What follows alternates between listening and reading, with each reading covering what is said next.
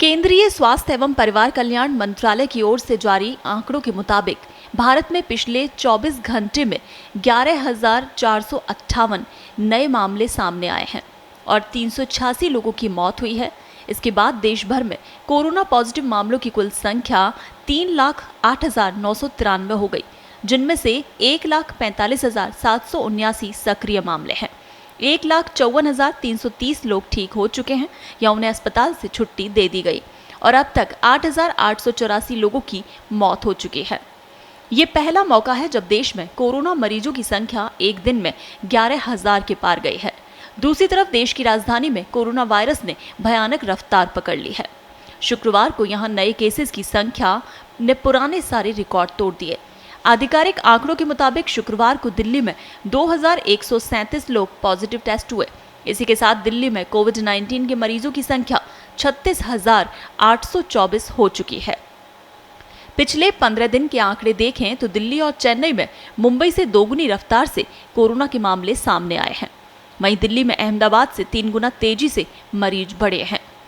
उधर देश में बढ़ते कोरोना वायरस संक्रमण के मामलों के बीच महाराष्ट्र में संक्रमितों का आंकड़ा 1 लाख के पार पहुंच गया।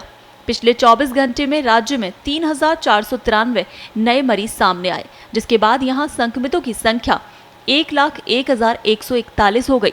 वहीं पिछले 24 घंटे में राज्य में 127 लोगों की मौत हो गई, जिसके बाद राज्य में इस वायरस से मरने वालों की संख्या 3,717 हो गई। अगर मुंबई की बात करें तो पिछले 24 घंटे में यहां 1,366 नए मामले सामने आए हैं और 90 लोगों की मौत हो गई है।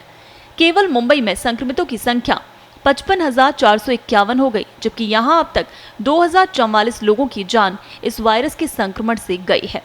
राज्य में मरीजों का रिकवरी रेट 47.3% है। पर इधर दिल्ली में हालात तेजी से बिगड़ रहे हैं। दिल्ली में कोरोना से मरने वालों की संख्या 1,214 पहुंच गई। इनमें से 129 मरीजों की मौत की पुष्टि शुक्रवार को की गई। महाराष्ट्र में 3,717 और गुजरात में 1,416 के बाद दिल्ली में कोरोना वायरस के सबसे ज्यादा लोगों की मौत हुई है। टेंशन देने वाली बात यह है कि 741 मौतें यानी 61% सिर्फ पिछले 12 दिन में हुई हैं।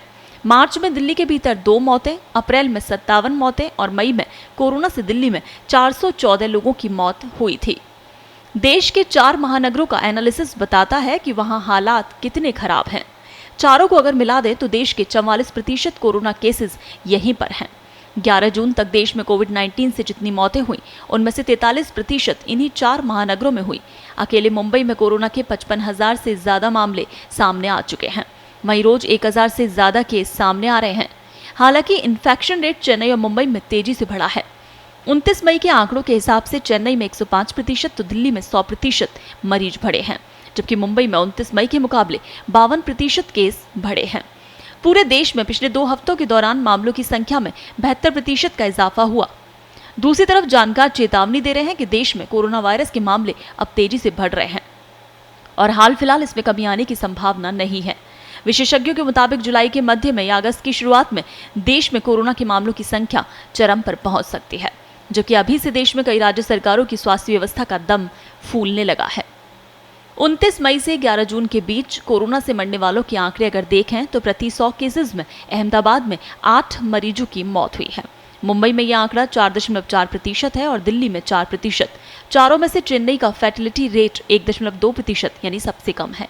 हाई फैटिलिटी रेट को एक्सपर्ट्स बेहतर क्लिनिकल मैनेजमेंट की कमी बताते हैं, यानी वहां पर या तो मामले देरी से डिटेक्ट हो रहे हैं या फिर टेस्टिंग कम हो रही है या फिर सिर्फ बहुत ज्यादा बीमार लोगों का ही टेस्ट हो रहा है। दिल्ली में तो 28 मई के बाद से रोज 1,000 से ज्यादा नए मामले सामने आ रहे हैं। सिर्फ 1 जून को 1,000 से कम केस आए थे। शुक्रवार को एक बयान में दिल्ली के स्वास्थ्य मंत्री सत्येंद्र जैन ने कहा कि बेड्स और वेंटिलेटर्स बढ़ाए जाएंगे। उन्होंने केंद्र सरकार से भी मदद मांगी है। दिल्ली सरकार का plan stadium, banquet, community halls और धर्मस्थलों को टेम्परेरी अस्पताल के तौर पर इस्तेमाल करने का है। ब्यूरो रिपोर्ट, पत्रिका टीवी।